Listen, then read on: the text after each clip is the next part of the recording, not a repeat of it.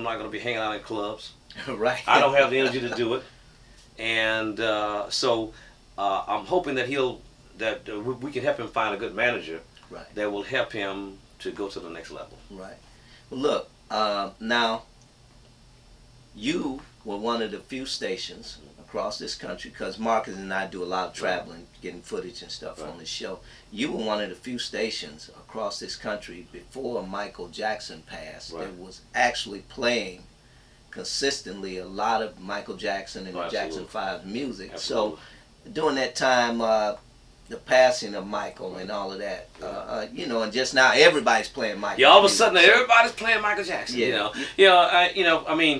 WDIA being the first black radio station in America. You know, Michael Jackson came on the scene 1968. Well, this radio station has never stopped playing Michael Jackson and the Jackson 5. Never. And so when Michael was going through the child molestation thing, you know, you couldn't hear Michael Jackson songs. Right. Our radio station never stopped playing Michael Jackson. So when Michael died, you know, we just started playing, you know, just more and more and more and more. But even though we were still playing a lot of his songs before his death. And, you know, so now that he's dead, you know, everybody, you know how it is when you die, everybody's your friend. Man, Right. You know, he was one of my best friends. You know, and the guy get up out of the casket, he could say, man, I ain't seen this guy in 30 years. You know what I'm saying? But, you know, I did want to make that point because I knew other people were bragging about the fact, we're doing the Michael Jackson this. And I'm like, well, where were you guys when Michael Jackson... 2 years ago. 2 years ago or 3 years ago when he was Yeah. going through this molestation thing. You know, you guys weren't supporting him. You know, Right. but we've never stopped playing Michael Jackson's music. Now you seem to have everybody that's successful in any type of business or anything has would seem to have a legacy that they want to leave. Right. The Juke Joint tour. Absolutely. Is that part of your? Is Absolutely. that going to be part of your legacy? Part of my legacy. You know, I've done so many things here at the radio station. You know, my tenure here at WDIA. You know, that's just probably one of them. But I think I'll be known for that, especially when it comes to the Southern Soul and the blues artists in this town. Right. You know, and some of the DJs that live in this part of the country, like in Little Rock or Jackson, Mississippi, and other parts, you know, Alabama. I think that they'll also remember me as, well, what do you mean? Hell, I'm outlive them. Hell, I'm outlive those guys. What you talking about? Wait a minute. You one of those cats to be around? Yeah, man. Hell, I'm gonna outlive them guys. You know, but. You know, I mean, just in case, you know, something, you know, happens to me, God forbid, you know, I do think that you know, I'll be remembered as a guy who did the Juke Joint tours. Right. You know? And that's every Wednesday. Yeah, every Wednesday in October, starting October 7th. We'll do it at Sam's Town, and it's every Wednesday. It's a free event. And, you know, we got the big guys, the Marvin Cease of the world, Lattimore, even Bobby Bland's done it before. Shirley Brown, Jay Blackfoot, Floyd Taylor, Billy Soul Bun, Mel Waiters, Everybody. Willie Clayton, everybody. Yeah. You know what? Everybody's done the Juke Joint tour except B.B. King and Sir Charles Jones. Really? Yeah, yeah, he was supposed to do the Juke Joint tour, but I think he got sick and was not able to do it 1 year. And hopefully we'll get a chance to get him to do it. But out of all the big names, I think B.B. King.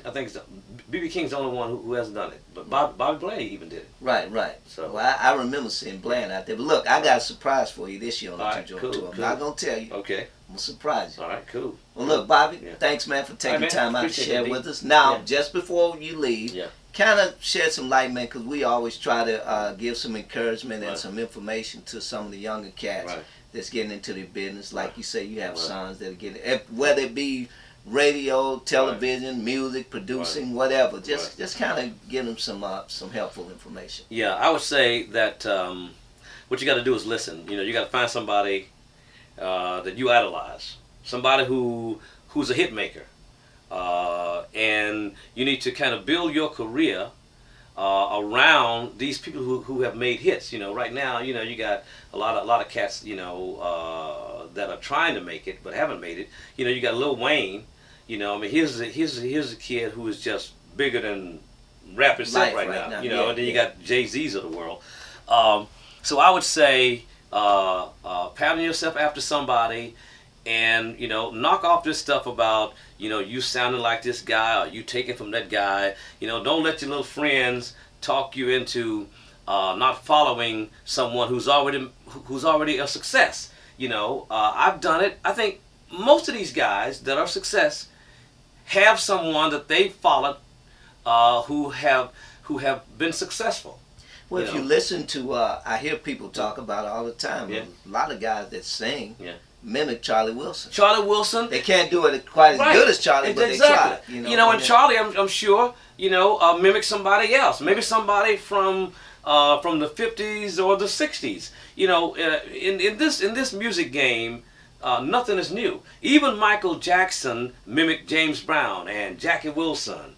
Well, that's funny that you said that, because I was talking. We had a conversation at Bible class, after Bible class, when we were talking about Michael and how it just looks unreal. And my pastor said, "Man, Jackie Wilson used to do the same thing." Absolutely. Michael Jackson took from everybody.